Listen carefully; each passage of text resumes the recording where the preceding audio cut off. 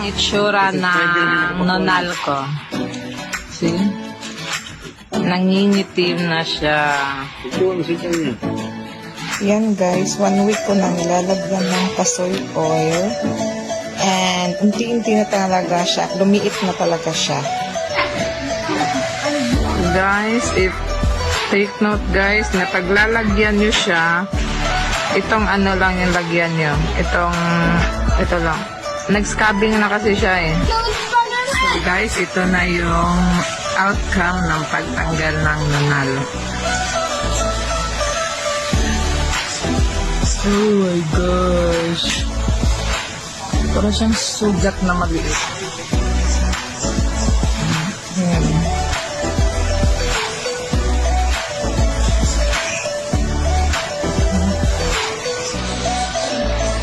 Ito po yung pinagtanggalan ng nonal.